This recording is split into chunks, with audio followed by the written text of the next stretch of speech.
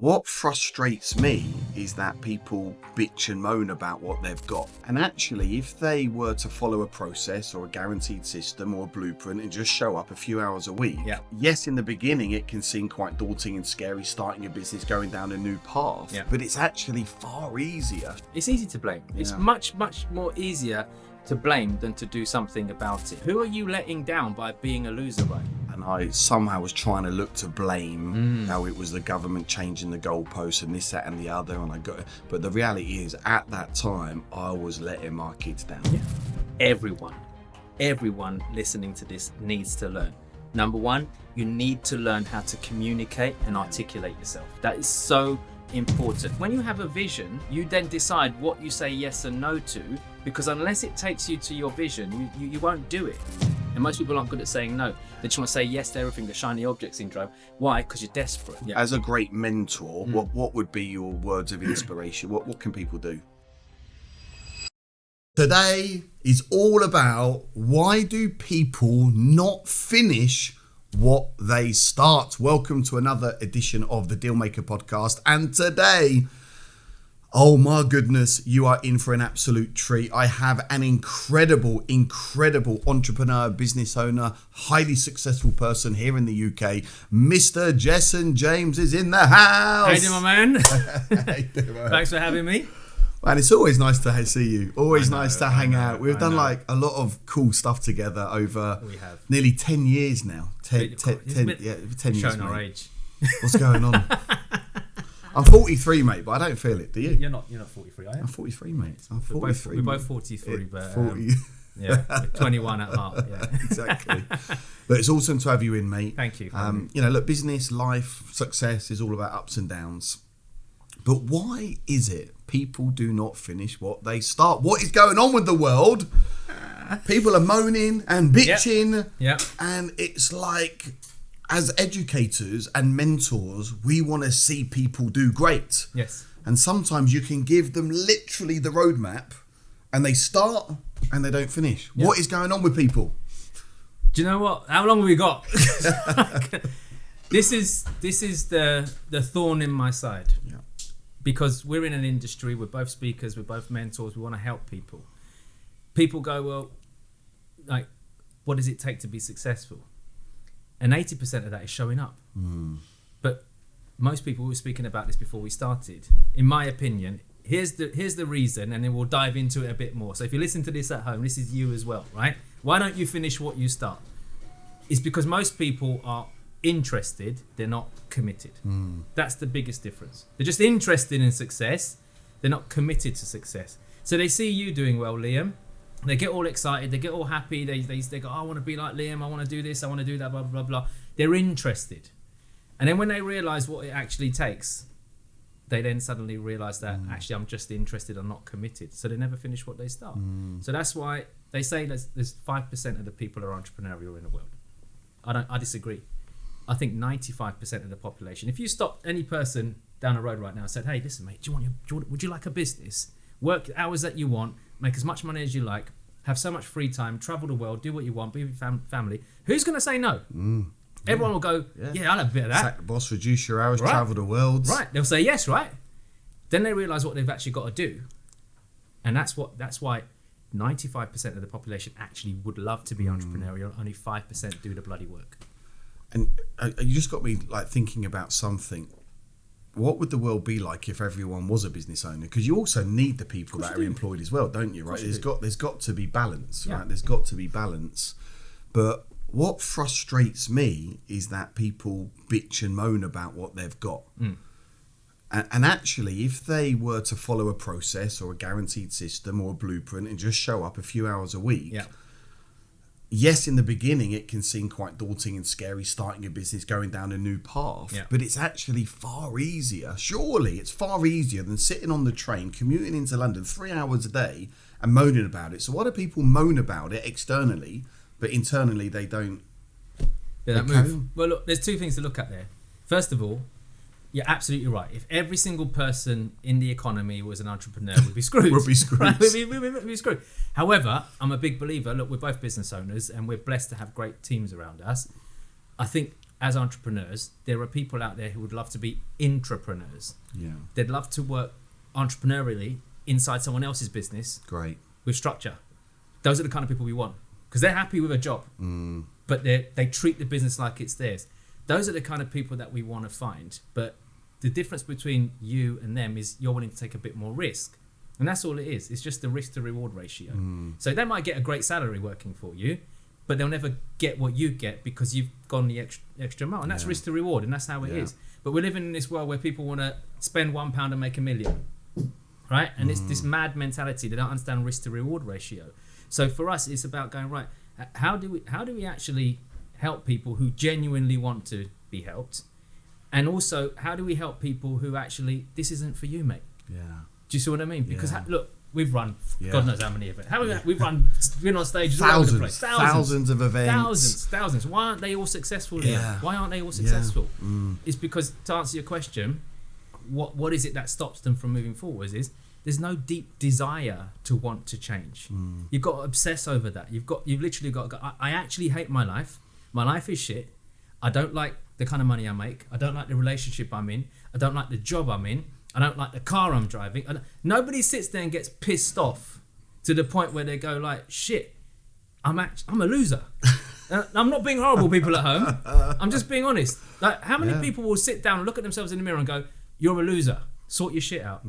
And look, I've just come here. I told you earlier, I was at my son's graduation. He had just graduated from primary school. I don't know if that's a thing. No. It wasn't a thing when I was at primary school. It wasn't a thing. We just had my daughter's last week. She had a gown. Right. She had the hat. Right. It was a whole thing going on. It was like, oh my goodness. And it's lovely. And it is amazing. But here's the truth.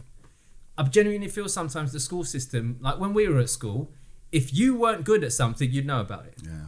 Nowadays, everyone's a winner. Everyone's a winner. Everyone's getting a medal. Everyone's a medal. Everyone's getting the gold stars. Congratulations, you came last. Yeah. It's taking part that counts. Yes, there's truth in that. Yeah. But how do you get better if you celebrate mediocrity? Now, I know this might be controversial, and there's going to be comments in the chat box and all that kind of stuff, and people are going to be looking for me, Liam, at your next event wanting to shoot me. But I'm just being honest. Yeah. I'm not saying beat yourself up. What I'm trying to say is, are you doing your very best? And most people aren't. And that's but nobody wants to speak the truth. Nobody wants to look at themselves in the mirror and go, you know what, whenever I point one finger at someone, there's three fingers pointing back at myself. One of my mentors told me that years ago, and it stuck with me because it's true. How easy is it to blame? Well, they'll blame you, they'll blame me, they'll blame everyone. And that's the thing, one of the good things about having mentors and investing in mentorship is your mentor, if they're a good mentor, will tell you and call you out on your bullshit. Yeah. You know, you mentored me many years ago. We've done some great stuff together, and you know, you called me out on my bullshit, and that's the way it was. And you weren't there to make me feel good. You were there to show me a new way of doing things and to get me to wake up to my bullshit thinking and to do different things. Yeah, and here's the thing though, Liam.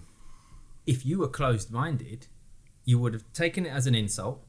You would have thought Jessen's an arsehole.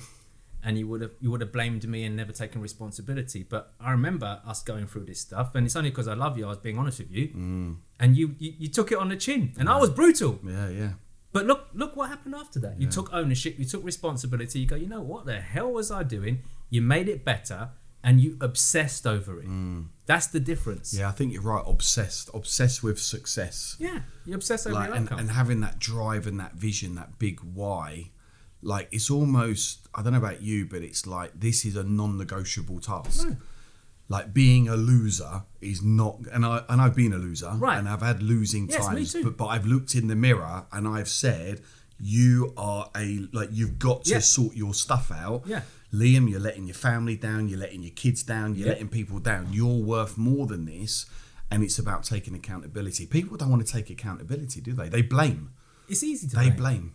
It's easy to blame. Yeah. It's much, much more easier to blame than to do something about it. It's like, you know, seeing as we're on the topic of blaming, let's just get into politics a little bit. We've just gone through the election times here in the UK, and whether you're pro whatever party, I don't care. What I'm trying to say is that we've had Labour take over.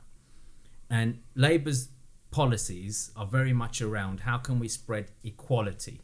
How can we make it equal? How can we make wealth equal?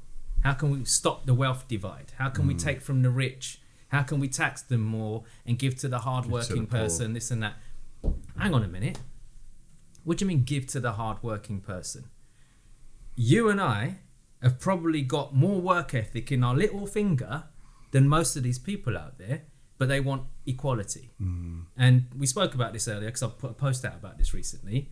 People are sitting down going, yeah, let's tax the rich people, tax the millionaires, get more money off them, blah, blah. Now, don't get me wrong. There's some people out there who've made money in some not cool ways and have dodged things. And I think Labour, go and get them, right? But people like you and me who've come from nowhere, and obviously your viewers will know your story and my story is very similar. We've come from nothing, worked our way, made sacrifices, lost people, lost on friendships, lost on experiences. We've lost on, we've had, even till today, like with night times, we're working still, we're grafting, we're getting up early, we're doing all this kind of stuff, wherever it might be. You're sitting on your backside at home, working your 9 to 5, no disrespect, not doing anything else with your life outside of that, binging on Netflix, waiting for the weekend to come so you can go and get drunk down the pub, do all that stuff, and you're screaming, yeah, let's make money equal. You're not my equal. Let's just make that very, very clear. You're not my equal, you're not your equal, you are not our equal. So this is not about them against us. It's just about if we put it together. It's about the facts. What have you actually done? And that's why people just don't have that obsession over going and getting something. But everybody wants to be at the top of the mountain. No one wants to bloody climb it. That's just the world we live in. So it's easier to blame Liam. It's your fault. Yeah. Blame society, blame the government, blame COVID, blame interest rate, blame the banks. Like the reality is there's only you to ever blame, and you got to take full responsibility for where you are now and where you want to go. No one wants to do that. And look, the reality is, if someone really wants to be successful, like they've got to that point, Jessen, and they're sick and tired, and they've said, I'm a loser in the mirror, and they've woken up to this fact, can they go and be successful? What are some of the things that people can be doing in this modern day and age? With all the resource we have and all the technology and AI, what would you say to someone tuning in to now that has reached that crossroads, and they do want to be in the 1%, but perhaps they've got some struggles right now? As a great mentor, what would be your words of inspiration? What can people do? Thank you. Great question. First of all, like you said, once you've done that little process of looking at yourself in the mirror and calling yourself a loser or whatever it is you want to call yourself, I would write down every single thing that pisses you off about your current life.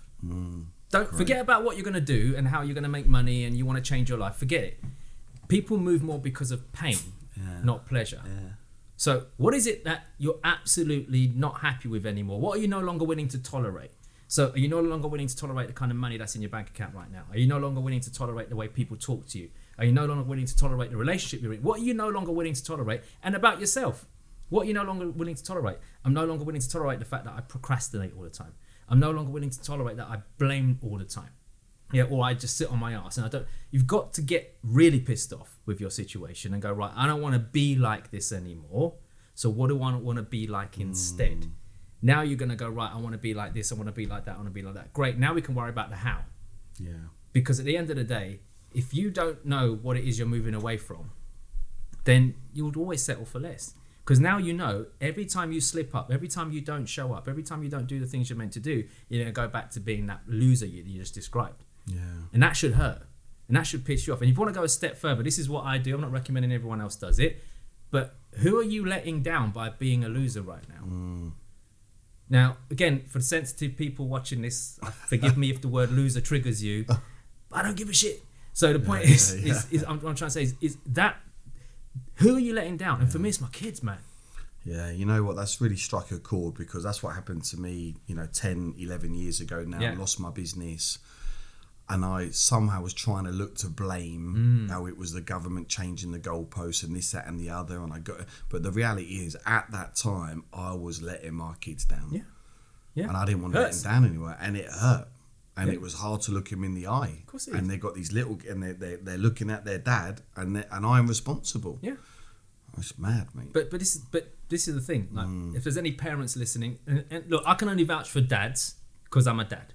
Okay, mums as well. I'm sure you have your own things, but as a dad, I'm very old school. I'm very traditional. You're the same. We're providers. We want to provide, right?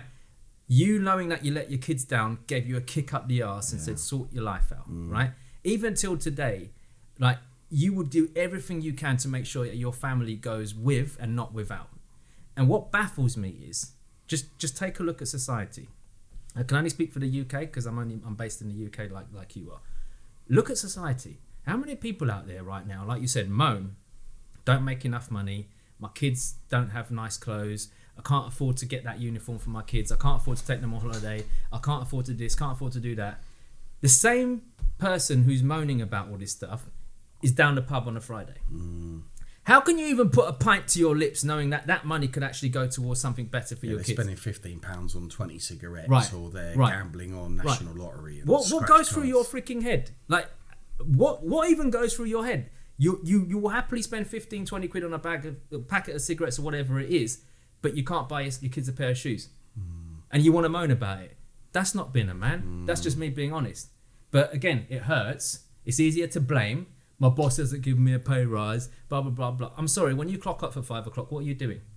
Now, what you should be doing is hanging around with someone like you. Going to learn, upskill, do something different. Yeah, Study, learn. Because to answer the second part of your question, what should someone actually do? Get a bloody mentor. Yeah.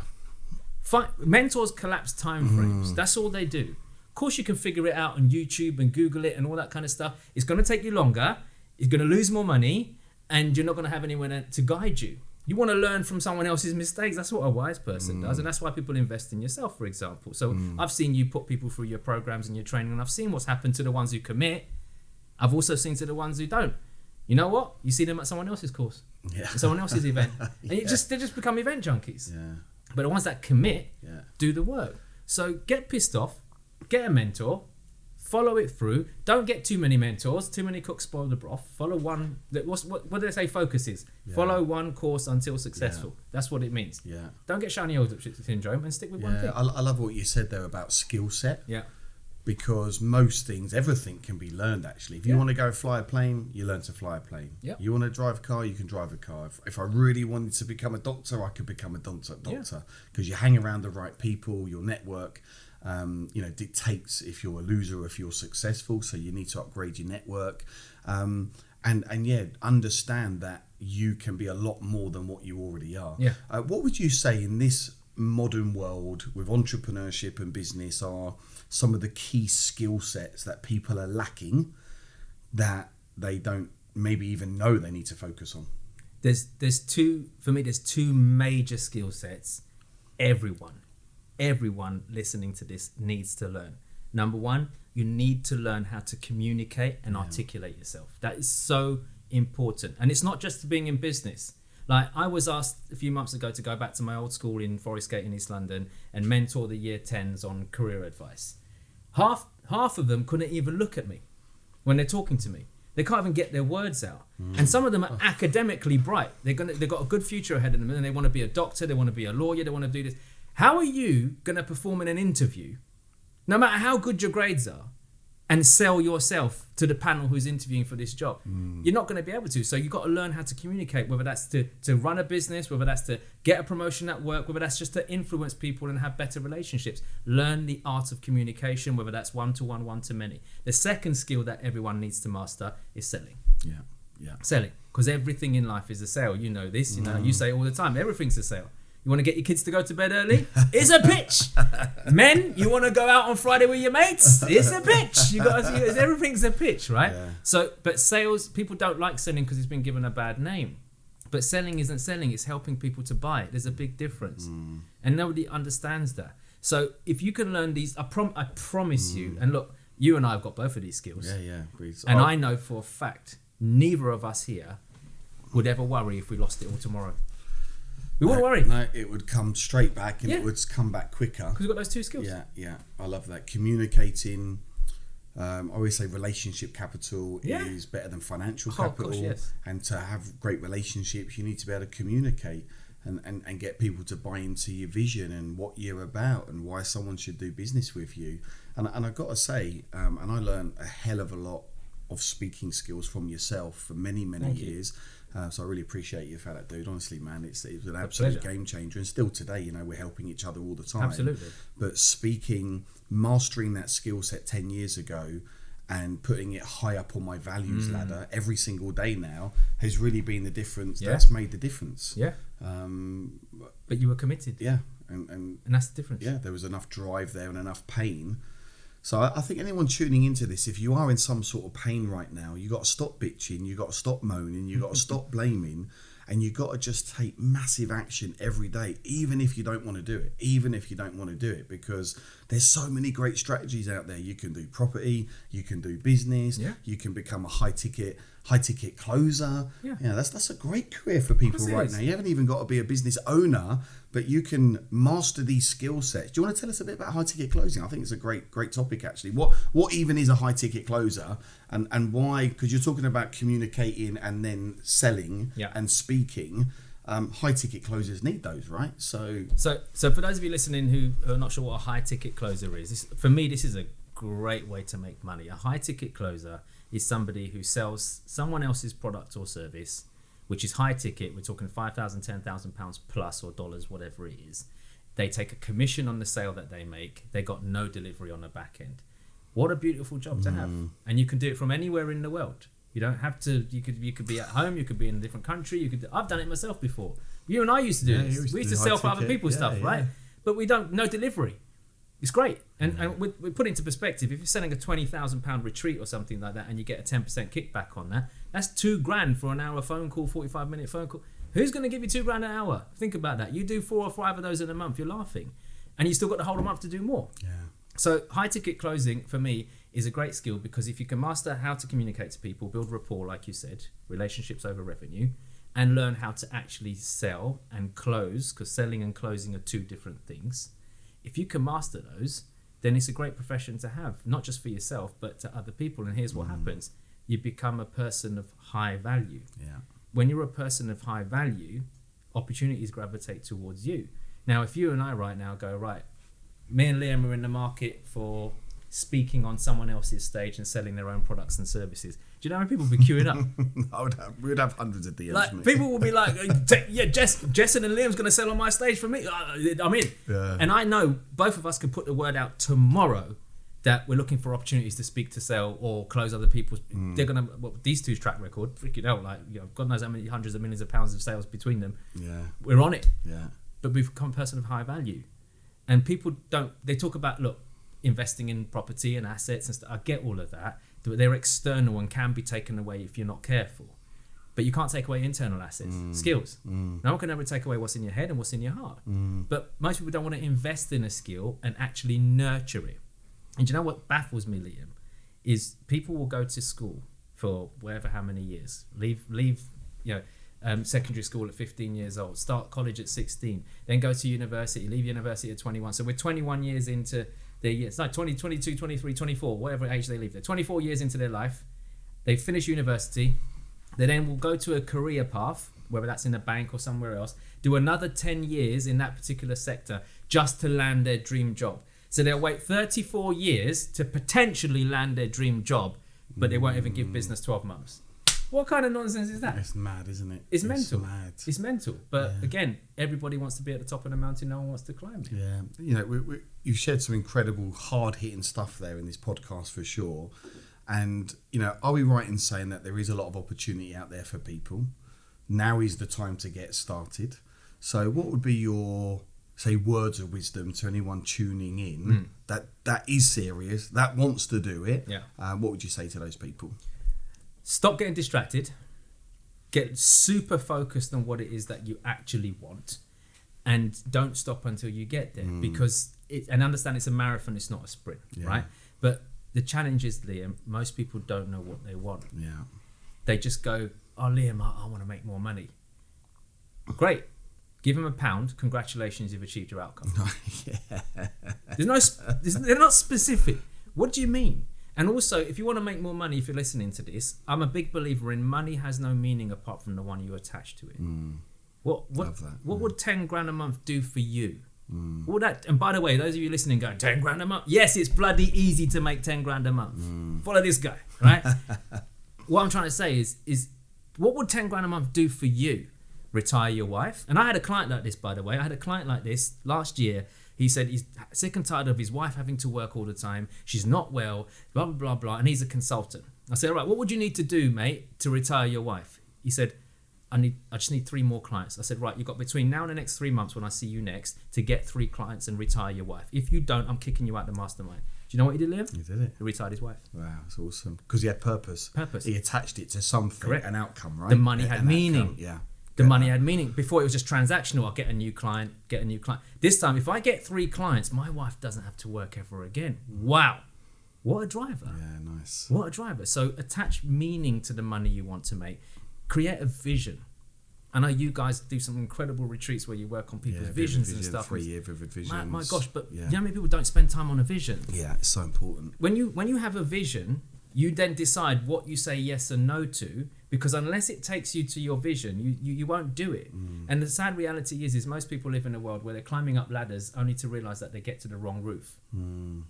This is not where I'm meant to be. Yeah. My roof's over there because my vision's over there. But unless you have a vision, you're just going to be that person who says yes to everything. And I think it was Jim Rohn that said, when they asked him, what made you so successful? And he said, for every 100 opportunities that came my way, I said no to 99 of them. And most people aren't good at saying no. They just want to say yes to everything, the shiny object syndrome. Why? Because you're desperate. And when you're desperate, this is when you buy all the courses and buy all the programs, and you go to that mentor, this mentor, and this mentor, and that mentor. And before you know it, you're in debt and you're lost and you're worse. So get clear on your vision. What is it that you actually want? How much do you actually want to make? Short term, mid term, long term. Give that money a purpose. Give it a reason. And find a driver inside of you why you're so pissed off that you're a loser or whatever it is that we said you earlier on, and push yourself and don't stop and understand it's a marathon, it's not a sprint, and you will always win if you never quit. Plain and simple. You know what? That's been absolutely incredible, Jessen. You know, last time you was on the show, you give some incredible tips. Thank you. Even better this time for sure. Just as good. So, what's going on for Jessen right now? Just give us a bit of an update. Where you're at, what you're doing, where can people hook you up? You do incredible things for your clients. You've really helped me across many years. So give us a bit of an overview. Cool. I'm starting a new boot camp for losers. No, I'm not doing that. It's interesting because we've been in the same industry for a while, and I made a big decision about 18 months ago now to actually retire from running workshops and stuff, and you thought I was bonkers. You said, what are you doing, Jessen? I can't believe it when I saw that. Yeah, but again, it's about new level, new devil, and I had to purposely take a step back to move forwards, and I'm not reaching my full potential by just running workshops just here in the UK and doing little things. So there's a whole global market out there, and I genuinely believe, call it big-headed, people need to hear Jessen. Yeah, why not, man? And I genuinely feel that's my purpose. My mission is to get my voice out there more. I can't do it if I'm constantly tied to running 3-day workshops in the UK and stuff and things like that. So what I've done is I've taken all of my training programs, my public speaking training, my sales training, my business training, all my courses and programs, and I put them all online for people to study at home at their own leisure. That for me allows me to take my intellectual property, get it out of my head, and still monetize it because it's an asset, right? But then what's the next play? The next play is I'm going heavy on the PR now. I'm going to get out there a bit more, do more keynote gigs, bigger speeches, bigger talks, all that kind of stuff, which is really, really cool. But one thing that I'm really, really passionate about that I'm working on at the moment is rather than teaching people how to do, we're doing it for them. All right, great. So I've got my sales and marketing agency and my software agency where I help people to build sales presentations, create sales pages, drive traffic to them, and make some of that internet money. So if anyone wants to make some internet money, where can they hook you up, dude? Let me know. Look, just first, I'm a big believer in I need to earn the right to work with you, and I think you also need to get to know me a bit more as well. So obviously go to my website, www.jessenjames.com, or just follow me on Instagram at @JessenJames_official and Jessen James Official on all other platforms, YouTube, Facebook, LinkedIn, the whole lot. And let me know if you heard from me at the Dealmaker podcast.